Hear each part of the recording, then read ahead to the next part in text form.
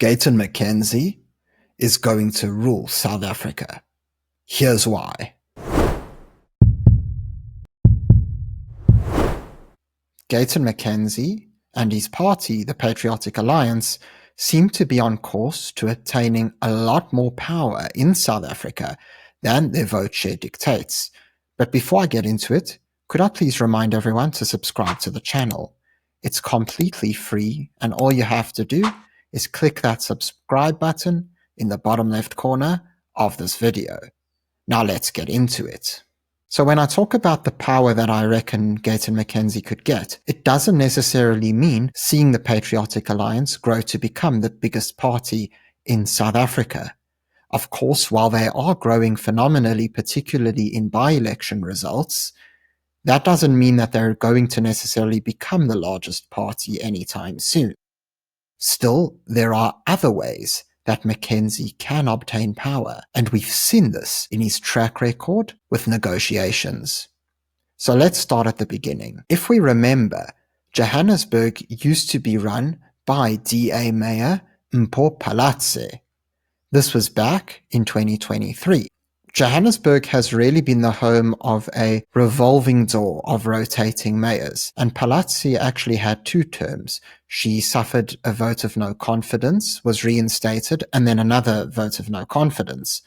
So if we go into it, we see that during the second vote of no confidence, the DA required the support of then coalition partners, the PA, in order to keep Phalatse in power. But as we see here, in this Daily Maverick article, negotiations between the 2 parties collapsed.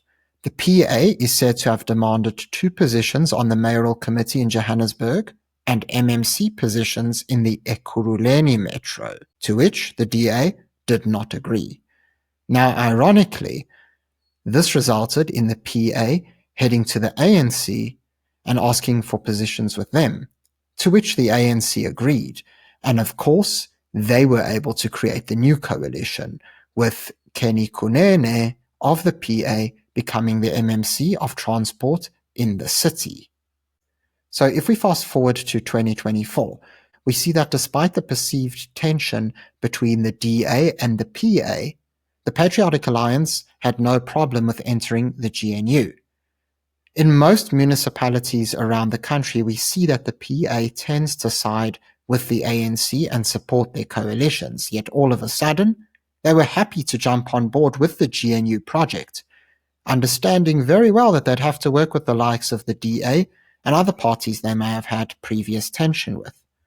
Still, Gayton McKenzie understood that this was an excellent branding opportunity, where he would become the Minister of Sports, Arts and Culture, and be able to truly use this role not only to actually improve the department, but really as a PR campaign where he could become better known amongst the South African public, as well as boost support for his party. This clearly seems to have worked, as the PA has been growing in leaps and bounds, particularly during by-elections. For more on this, be sure to check out my video on the DA's recent performance in by-elections, the link to which is right above. So since entering the GNU, McKenzie and his party have been working very hard with the ANC to curate a stronger connection. They understand that while the ANC is on a constant decline, a seemingly inevitable decline, they are still the largest party and the central pillar of political power within South Africa. We saw how they looked to curry favor with the ANC during the all-important national budget vote earlier this year.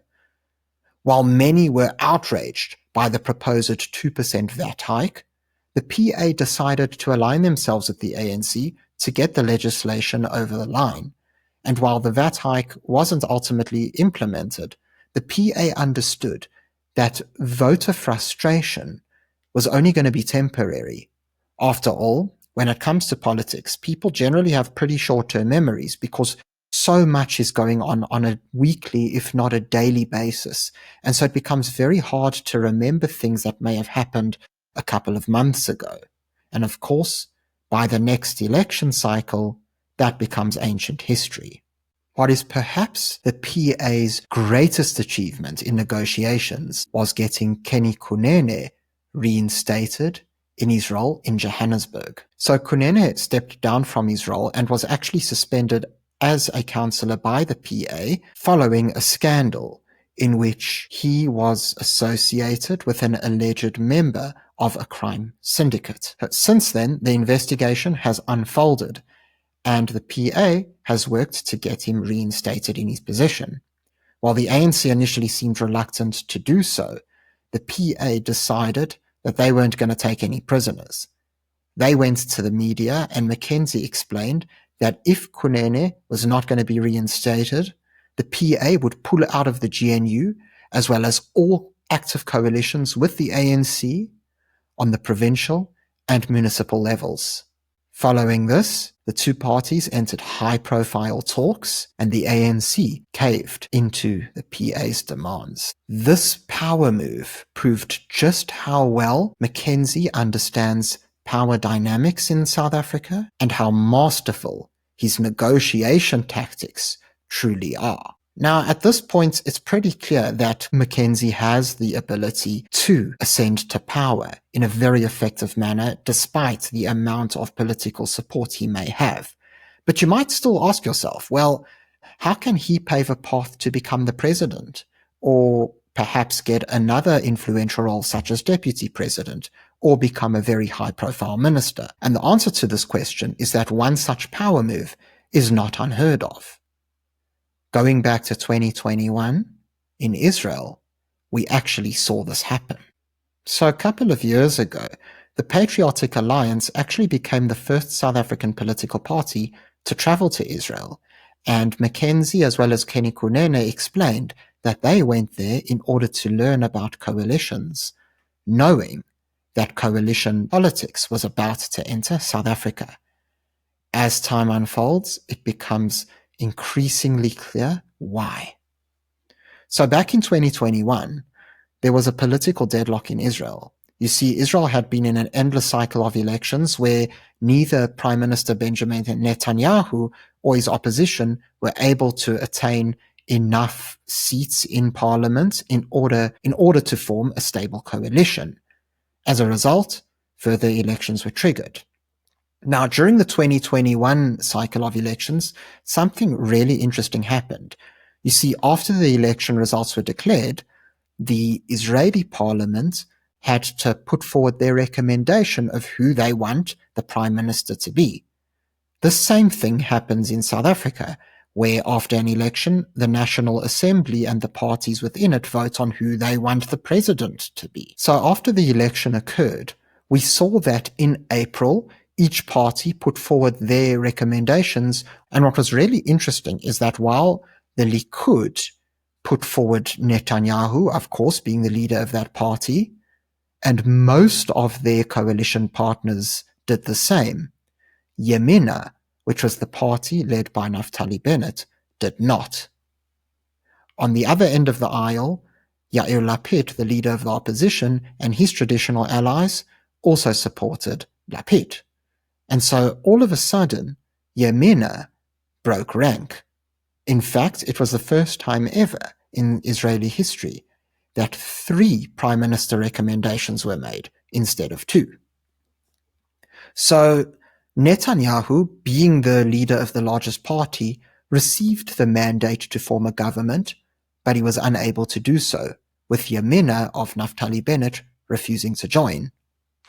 After his time expired, Lapid received the mandate to form a coalition, and he too seemed unsuccessful. That is, until Naftali Bennett stepped in. While Bennett and his party only managed to attain 6 of the 120 seats in the parliament, they struck a deal with Lapid, whereby Bennett would become the Prime Minister of Israel for the first 2 years of their coalition, followed by Lapid for the final 2 years of the coalition. And as such, a deal was struck. Over here, we have the map of the Israeli government coalition in 2021. We see that Likud of Benjamin Netanyahu, in the small print over here, got 30 seats, They were by far the biggest party, and yet they were unable to form a coalition. Bennett understood that in order for him to become Prime Minister, he needed to form an agreement with his ideological rivals, and as such, his party, with just 6 seats, were able to obtain power. There's no reason why somebody who is as tactful and streetwise as Gayton McKenzie couldn't do something similar. In fact, it was Ramon Cabernac who first promoted this idea on my channel. If you're interested in seeing our chat, the link to it is right above. Thanks very much for tuning into this video. If you enjoyed it, please remember to subscribe to the channel and give the video a thumbs up. Also, let me know in the comment section, do you believe that Mackenzie could indeed wrestle such power in South Africa? Or do you think he'll fall by the wayside? Either way, curious to hear your thoughts. Until next time, I'm Matthew Cohen, and this is the Power Pod.